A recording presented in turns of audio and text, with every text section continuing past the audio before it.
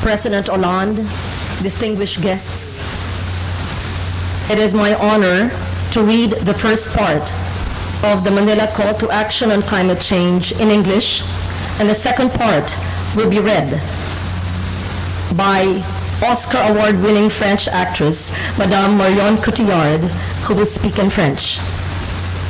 The Manila Call to Action on Climate Change. We, the heads of state of the Republic of the Philippines and of the Republic of France, along with leading individuals from different countries committed to climate action, gathered in Manila today, wish to engage the international community, all stakeholders and world opinion on the urgency of addressing climate change seriously, efficiently, and equitably.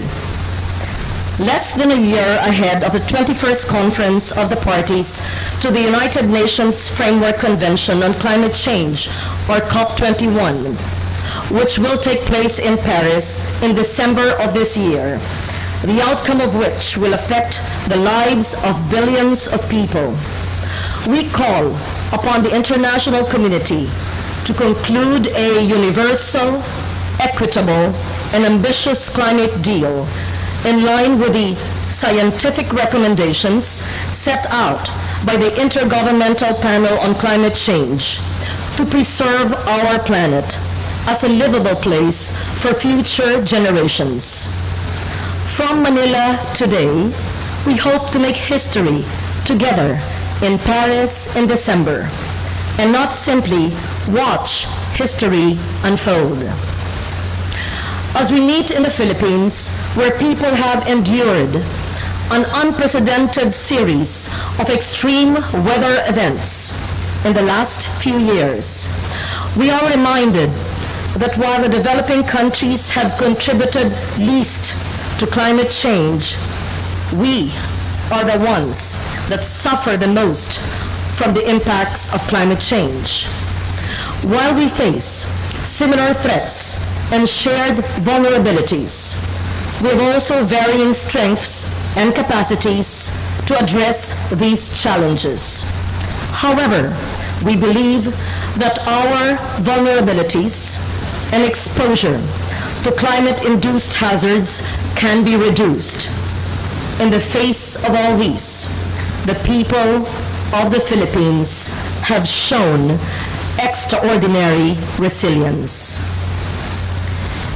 Nous appelons à la solidarité et à la justice face au changement climatique. Nous avons besoin d'un accord négocié et accepté par tous et pour tous, qui tienne compte de toutes les différences de situation et fasse converger diverses perspectives pour accélérer l'action collective. Nous avons besoin d'un accord pour réduire les émissions, créer des opportunités économiques et nous doter de moyens de gérer les risques associés qui sont déjà prévisibles dans un avenir proche. Nous appelons à coopérer face au changement climatique. La croissance économique, le développement durable et la lutte contre la pauvreté sont des objectifs qui doivent et peuvent être atteints ensemble. Mais assurer un accès équitable au développement durable pour tous nécessitera de disposer de moyens de mise en œuvre accrus. Nous appelons à la solidarité financière et technologique. Considérant que nous atteignons le point de non-retour en matière de changement climatique et que nous devons passer des intentions à l'action, nous appelons solennellement tous les États à travailler concrètement et rapidement pour lutter contre le changement climatique, en particulier contre ses impacts. Et nous les invitons à présenter leurs contributions prévues, déterminées au niveau national en fonction de leur situation et capacités nationales respectives. Les pays développés et les pays en développement capables et désireux de le faire à fournir aux pays les plus pauvres et les plus vulnérables des moyens de mise en œuvre adéquates pour les aider à se transformer en territoire résilient et en économie sobre en carbone.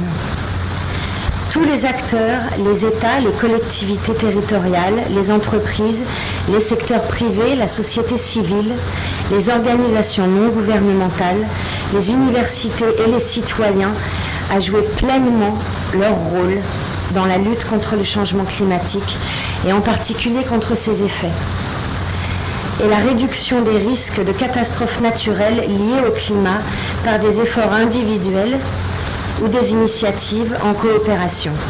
Et chacun a diffusé cet appel et à faire prendre conscience de la nécessité d'agir rapidement et partout, et de parvenir à un accord mondial sur le climat en décembre à Paris.